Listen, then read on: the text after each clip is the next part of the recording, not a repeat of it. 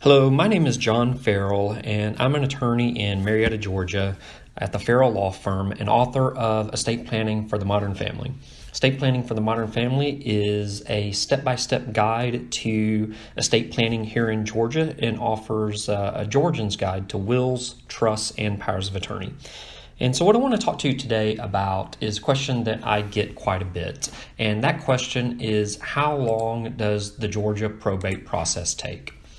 As part of my practice, I help prepare estate plans, but I'll also help settle estates. And so when somebody comes into the office to settle an estate, I always get two questions, and you probably can guess what those questions are. One is, how long is this going to take? And two, how much is this going to cost? Well, today we're going to talk about the first question, the question of how long does the Georgia probate process take? So the answer is that it's an interesting one because every probate is different, but every probate takes between several months and several years to complete. On average, it's generally about 6 to 12 months, sometimes a little bit shorter than that, sometimes much longer than that, but on average, 6 to 12 months, and I find that it comes closer to the 12 months than the 6 months most of the time.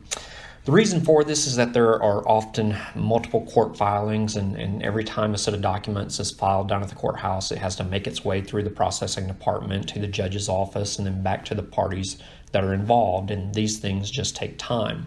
If there's a glitch in the process, it can take years, and glitches come from delays in gathering and compiling information. We hear people complain about attorney delays. We hear delays from the courthouse and their processing of the paperwork, delays from financial institutions and title companies, and delays when the parties involved are not being proactive. And so every probate takes anywhere from months to years to complete, and most of the people that I talk to just complain that it just takes way too long. So that's one of the reasons that you would probably want to hire an experienced Marietta probate attorney to guide you through this difficult process, but it takes quite some time to resolve. Here, though, are the steps that are necessary in order to go through the Georgia probate process. And these are just a few of the steps. Like I said, every probate is different, but here are the general steps in probating a case here in Georgia.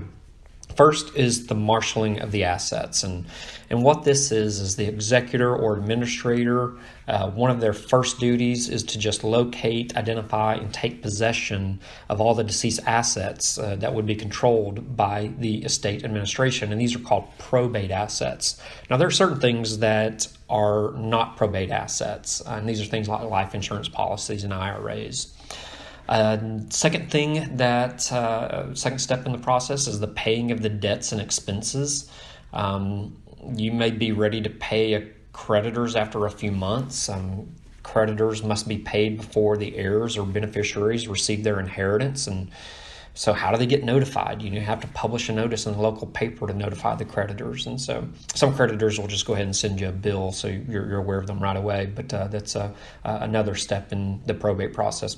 Third is selling the estate property. You may need to sell some estate property for a couple of reasons. First, you may need the money just to pay the creditors. And second, it may be easier to give the beneficiaries cash instead of just the physical asset itself. Fourth, you may be responsible for filing tax returns after the person has passed away. It's a smart move to consult with an attorney at this point. They will assist you in all the things that you need to do, especially with some of these complicated issues like tax returns. But fifth step in this process is distributing the estate to heirs or beneficiaries. After all the debts have been paid, you can distribute the remaining assets to the heirs or beneficiaries. If there's a last will and testament, the assets go to the beneficiaries as stated in the will. If there is no last will and testament, then the assets go to the heirs as determined by Georgia law. Another thing that you have to do is file returns and reports with the probate court. Usually, the order appointing the executor or administrator will tell you if you're required to file reports.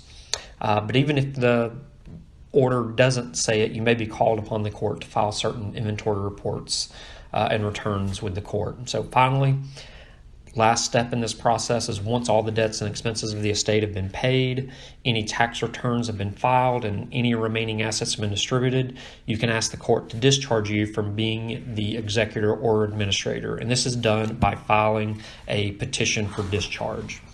So these are the steps, general steps in handling the probate, and that is the reason why the probate process takes so long here in Georgia. Now, I'm licensed in 3 states, Georgia, Tennessee, and Texas.